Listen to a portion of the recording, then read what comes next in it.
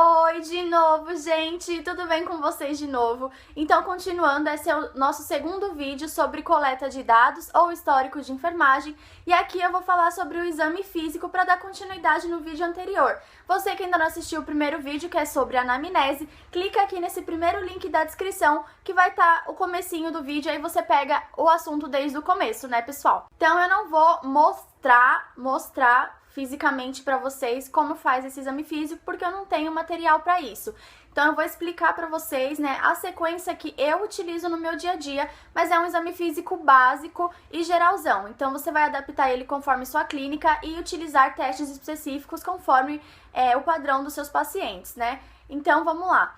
Para iniciar o exame físico, nós temos que ter consciência que ele deve ser feito da cabeça aos pés, que o termo utilizado é céfalo-podálico, e obedecer também a sequência de realizar esse exame físico. Então, nós primeiro fazemos a inspeção, que é olhar, depois nós fazemos a ausculta, que é ouvir, né?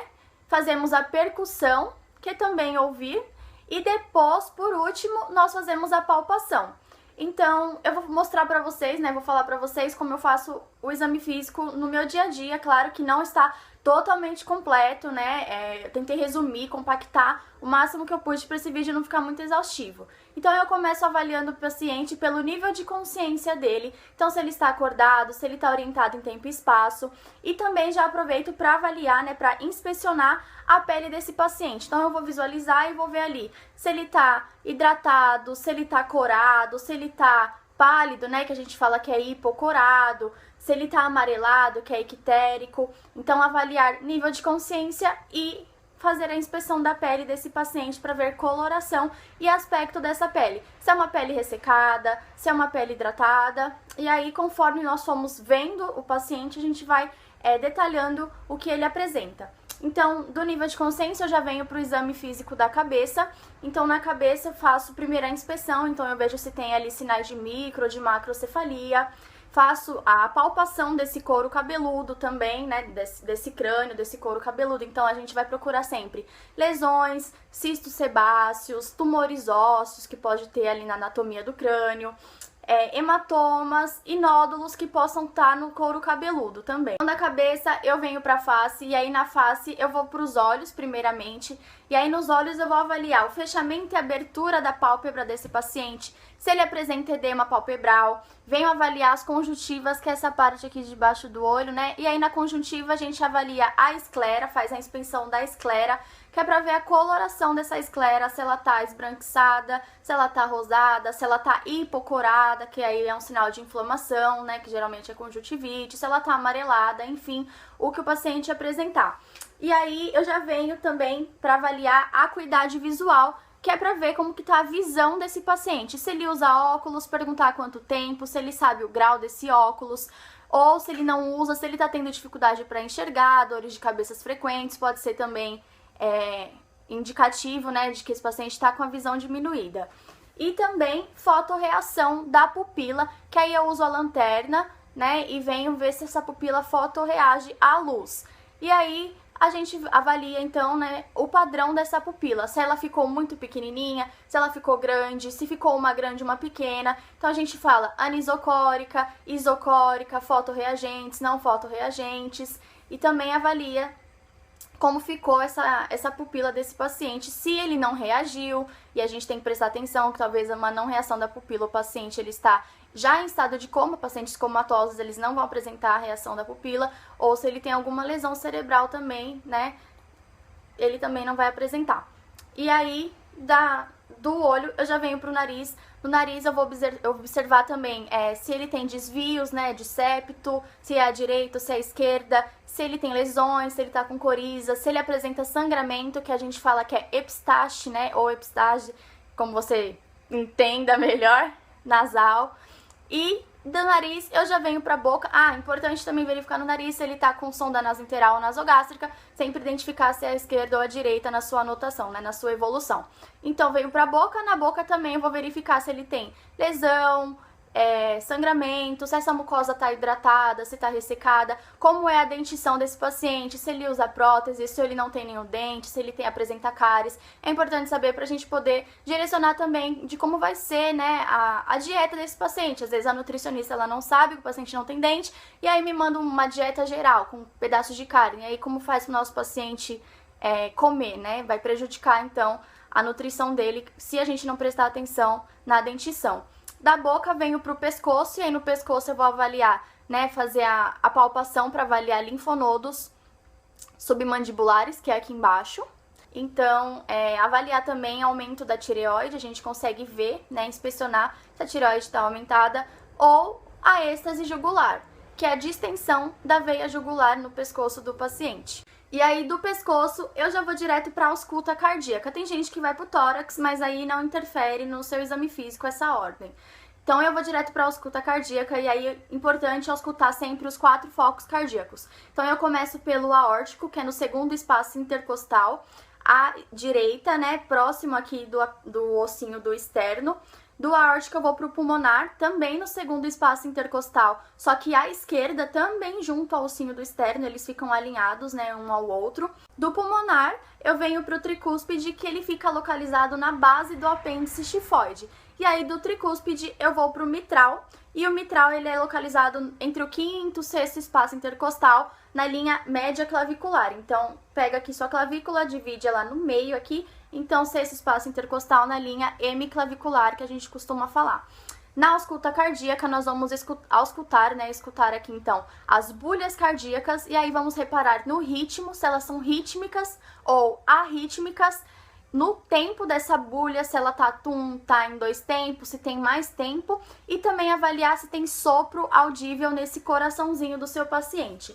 E aí do escuta cardíaca eu venho pro tórax, e aí no tórax a gente vai avaliar então, né, inspecionar o formato desse tórax, e se for mulher a gente também já faz a inspeção dessa mama, para ver a implantação, né, se ela tá assimétrica, ver coloração dessa mama, aspecto, mamilo, para ver se tem algum sinal então aí de um possível câncer de mama, alteração nos mamilos, no aspecto da mama.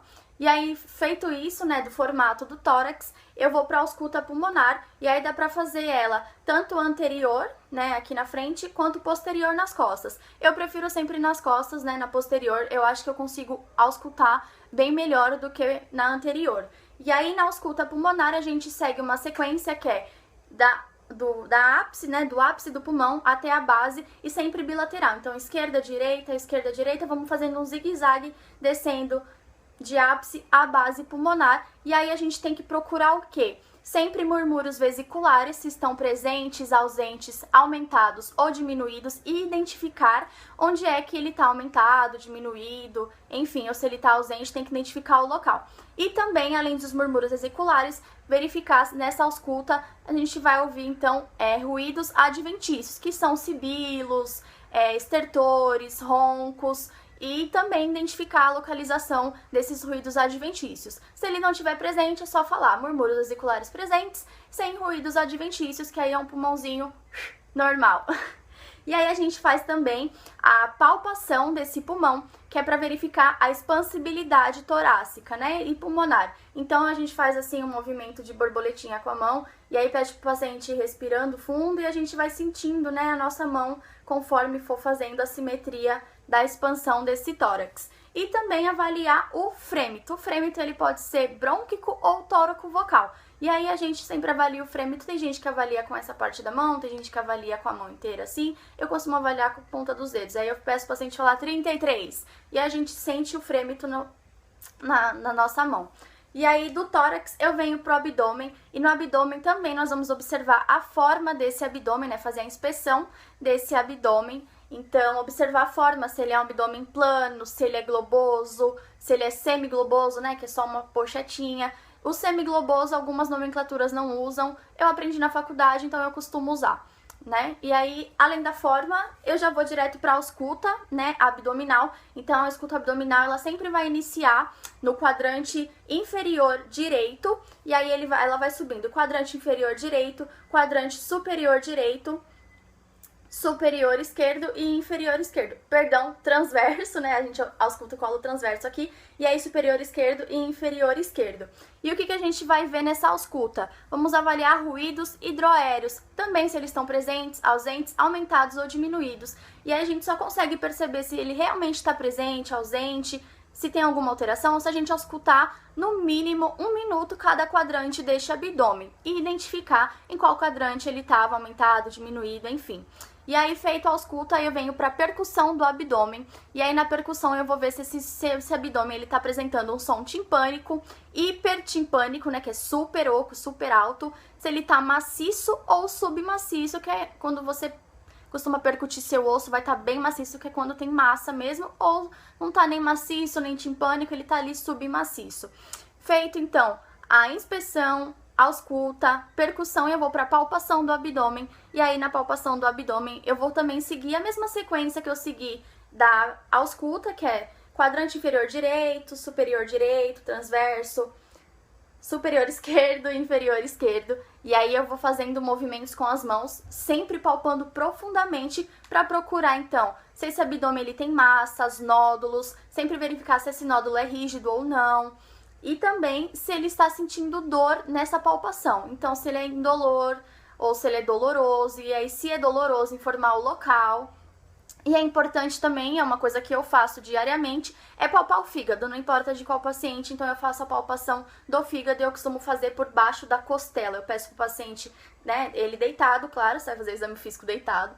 Então, eu peço para ele respirar fundo, segurar a respiração, e aí eu vou com a mão em garra embaixo da costela para tentar palpar esse fígado. Lembrando que o fígado não pode ser palpável. Se for palpável, a gente vai contar em quantas polpas digitais esse fígado está palpável para colocar na nossa anotação, né, na nossa evolução, e aí é um indicativo de alguma doença hepática. Então, terminado o exame físico do abdômen, eu vou para o exame físico das genitais desse paciente, se for necessário e se for possível. Então, se ele apresentar alguma queixa no órgão genital, a gente faz o exame físico da genitália. Se não, se for só por rotina, não vamos incomodar e expor o paciente, né? E até porque algumas clínicas ou alguns hospitais tem pacientes do lado, e mesmo que você tenha a cortina, o biombo, né, vamos evitar de expor o paciente. Então, se for necessário, vamos avaliar então a queixa desse paciente da genital e procurar cicatrizes, lesões, excreção de alguma secreção que esteja saindo da genitália, anomalias, enfim, se for necessário, aí já é muito específico. Eu não costumo avaliar a genitália só quando realmente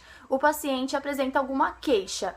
E da genitália, né, a gente já vai para o sistema urinário e intestinal do paciente. Então, eu vou avaliar, né, eu vou inspecionar essa urina desse paciente. Se ele não tiver com controle, você não tiver como ver a urina dele, você só pergunta quantas vezes, se ele já fez xixi hoje, quantas vezes, se doeu, se tá com dificuldade, se tá precisando urgência, né, se tá precisando correr, se tá com incontinência.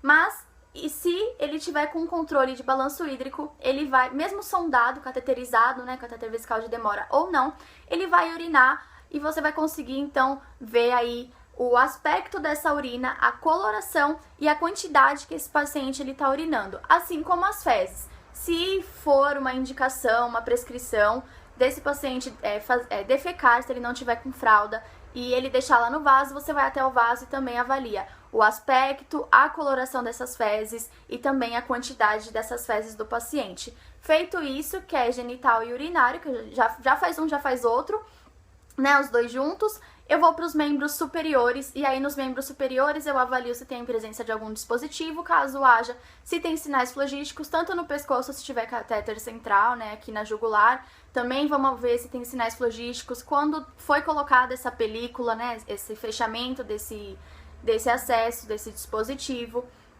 e verifico então em membros superiores a perfusão periférica ou enchimento capilar desse paciente, que é fazendo esse sinalzinho aqui, de esperar o enchimento capilar, e aí eu tenho que contar em quantos segundos voltou o sangue para a pontinha do dedo do paciente. Faço isso nos membros inferiores e também nos membros superiores, e aí eu também nos membros superiores vou avaliar principalmente se esse paciente ele está apresentando edema, né, em membro inferior, e a perfusão periférica, né, enchimento capilar também dos dedos do pé. Geralmente eu faço no hallux, que é o dedão do pé, mas vamos tentar fazer aí um pouquinho mais de dedos, se tiver tempo, se for possível. Então, É mais ou menos assim que eu faço o exame físico. É claro que, como eu falei pra vocês no livro, ele vai explicar tintim por tintim desse exame físico.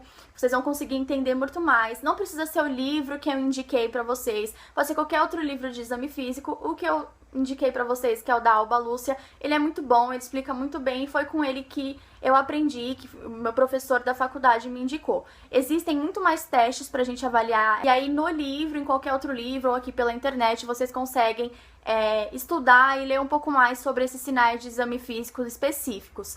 Então, eu sei que o vídeo ficou longo, mas eu tentei falar rapidamente pra vocês a sequência, mais ou menos, de como eu faço o exame físico no meu estágio na faculdade. Eu espero que vocês tenham gostado. Se quiserem falar mais alguma coisa que vocês fazem, diferente do que eu falei aqui no vídeo, deixem aqui nos comentários ou sugestões, o que vocês quiserem. Vocês sabem que eu sempre tô procurando responder o que vocês me perguntam aqui também. Sigam minhas redes sociais que estão aqui na descrição e esperem o próximo vídeo, que aí vai ser a segunda etapa do processo de enfermagem, que é o diagnóstico de enfermagem.